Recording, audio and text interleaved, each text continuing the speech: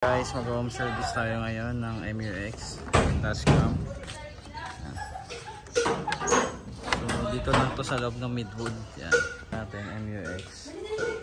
Lagyan namin ng dashcam. Tapos actually may rain visor na to. So sila kasi ulitin namin. Lagyan kami ng MUX na rain visor. Medyo makapal to. Yan. Kasi dati nakalagay doon sa manipis lang. So ito manipis lang kasi compared dun sa amin. Hindi different. Ito yung sa amin. Kasi ito yung dati. Wala nakalagay na MUX. Yan. So manipis lang ito. Manipis. Yan. So yan sa pag-wiring natin. Maganda.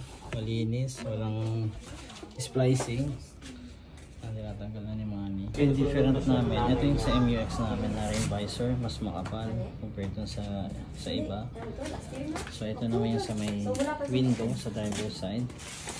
Sa amin may kita yung MUX, tapos sa kabila manipis lang. So si ma'am nilagay namin ng free memory card, genuine ng SanDisk. Lagay kami ng aham. So chinek nila ma'am. So gamit nila is iPhone. So yan, nag-connect yung wifi. Yan.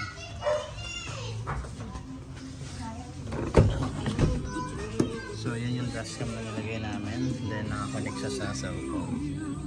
So available yan sa payment aham. Pera natin talagang mahirap.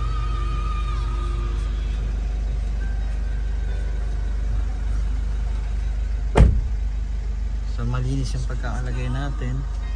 Walang mga wiring. Linis talaga. Rain visor, pinalitan namin. Mas makapal. Yan. Lagyan na namin ng rain visor. Lagyan na yung rain visor.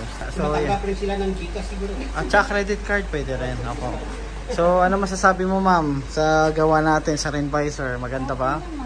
Oh yan. Sabi mo maganda na. Perfect. Oh, yan. Perfect. Tapos yung camera linaw, di ba ma'am? Sobra yan. Pag-install, sobrang happy naman yung client natin.